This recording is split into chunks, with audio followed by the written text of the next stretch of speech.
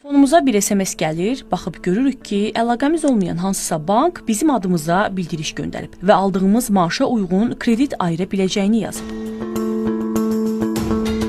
Hətta bəzən bank heç bir SMS göndərmir, amma MyGov şəxsi kabinetimizə girəndə görürük ki, məlumatlarımız müxtəlif banklar tərəfindən sorğulanıb. Bəs bu necə baş verir? Banklar bizim fərdi məlumatlarımızı necə sorğuluyur?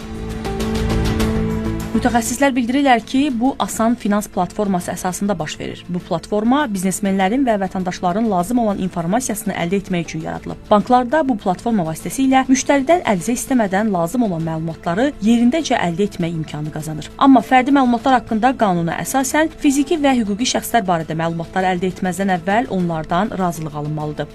Problem o nöqtədə yaranır ki, elektron hökumətin inkişafı mərkəzi ayrılıqda özü vətəndaş razılığına dair sübutları tələb edə bilmir və sistemdə texniki belə bir imkan yoxdur ki, elektron hökumətin inkişafı mərkəzi vətəndaş razılığının olub-olmadığını yoxlasın.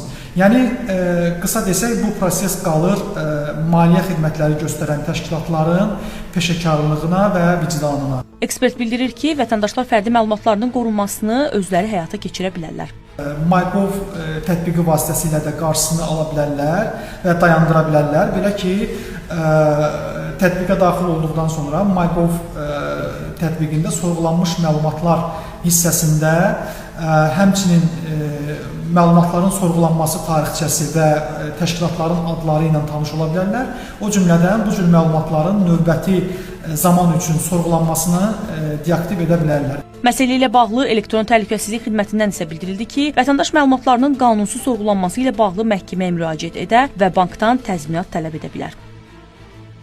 Vətəndaşlar fərdi məlumatlarının razılıq olmadan sorğulanması halı ilə qarşılaşdığı təqdirdə birbaşa məlumatlarını sorğulayan banka sorğu ünvanlamaqla məlumatların işlənməsinin hüquqi əsaslandırmasını, həmçinin məlumatların işlənməsinin dayandırılmasını və ya məhv edilməsini tələb edə bilərlər.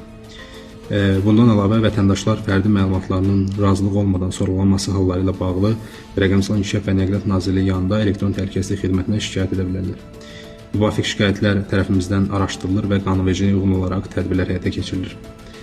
Həmçinin vətəndaşlar bu hallarla bağlı məhkəməyə müraciət etmək, eləcə də ona dəymiş maddi və mənəvi ziyanın ödənilməsini tələb etmək hüququna malikdir. Ekspertlər deyirlər ki, vətəndaşların öz hüquqlarını bilmələri üçün fərdi məlumat haqqında qanunla tanış olmaları məsləhətdir.